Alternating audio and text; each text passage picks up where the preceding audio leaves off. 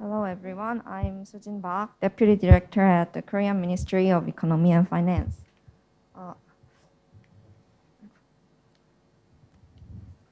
And it's my honor to be here with you and introduce Korea's greening spending. And to begin with, I would introduce the mid to long-term carbon neutrality goal and strategy supporting it.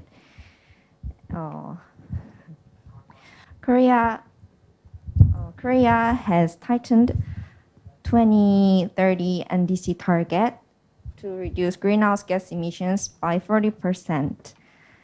And the initial target was 26%, but we set new goal to pursue green transition more. And as you can see from the table bottom left, we presented the current level of greenhouse gas emission and target reduction amount in each sector. Major reduction sectors are energy transformation and buildings transformation. And moreover, Korea aims to achieve net zero carbon emissions by 2050 and established two scenarios based on the carbon neutrality goal. Both scenarios show Korea's future outlook in each sector, but a major difference between two scenarios is whether to reduce emissions strictly or focus more on observing and eliminating greenhouse gas. Scenario A includes phasing out coal power plants completely and increasing renewable energy up to 70%, and over 70% of zero-emission vehicles. Scenario B allows LNG generations and lower ratio of renewable energy than scenario A to almost 60% and zero emission vehicles over 85%, and it also allows internal combustion engine cars. And in order to achieve carbon neutrality by 2050, Korea government announced a strategy in December of 2020. The goal of the strategy is to pursue carbon neutrality, economic growth, and enhanced quality of life, and we put parallel efforts toward these three goals.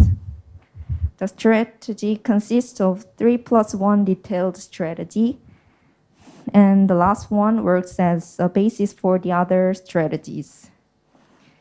And the first strategy is to build low carbon economic system. And there are three detailed tasks, and it is accelerating transition of energy generation with renewable energies and structural reforms in carbon intensive industries such as steels and petrochemicals. And also we try to have transition to future mobility and low carbon city and land. Second one is to foster low carbon industry ecosystem. It aims to foster newly promising low carbon industries such as green hydrogen or carbon capture and storage technology. And we also try to expand innovation ecosystem and create an activist circular economy. And the third strategy is fair transition to the carbon neutrality. And it includes protecting vulnerable industries and groups and local-based carbon neutrality to deal with the changes more closely. And we try to increase public awareness of carbon neutral society. And for lastly, we try to strengthen new net zero framework. And Korea has launched Climate Fund last year and started greenhouse gas emission reduction budget starting this 2023 fiscal years. And we also started Carbon Neutrality Committee and Carbon Neutrality Act too. And in accordance with this policy direction, there are some detailed policy examples of green transition and recovery. The first one is about energy transition. And accelerating green energy transition is to pursue sustainable energy system. And one of the policies in the transition sector, we aims to reduce 45% of greenhouse gas emissions by 2030 in this area. Diversifying energy source for one's demand and mixing nuclear power and renewable energy is a key of this part.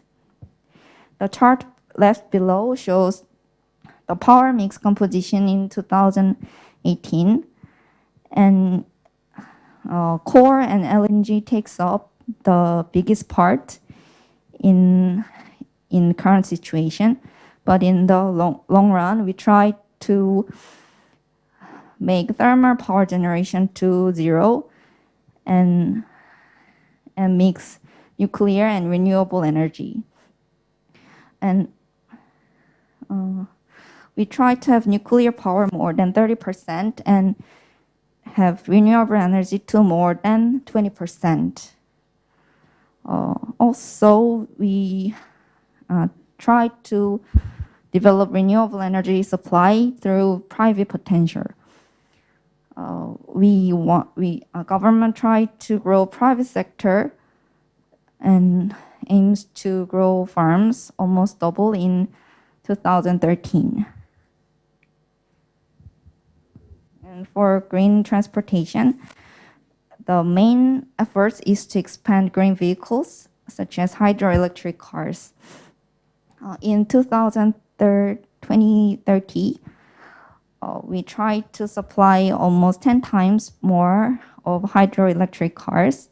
And through subsidy or tax benefit, we try to give incentives to customers using zero-emission vehicles. Also, advancing EV technologies with high-density battery or lighter weight parts is also one of the important target of our green transportation. And while it is still the infrastructure in using electric cars is still insufficient, and we try to optimize location of charging stations based on the driving patterns or considering the location of it. And lastly, we introduce life cycle management because currently we check emissions while in driving, but we try to estimate whole emissions while production, disposal, and power generation too. And the last part is about green buildings. We support green renovation of public buildings.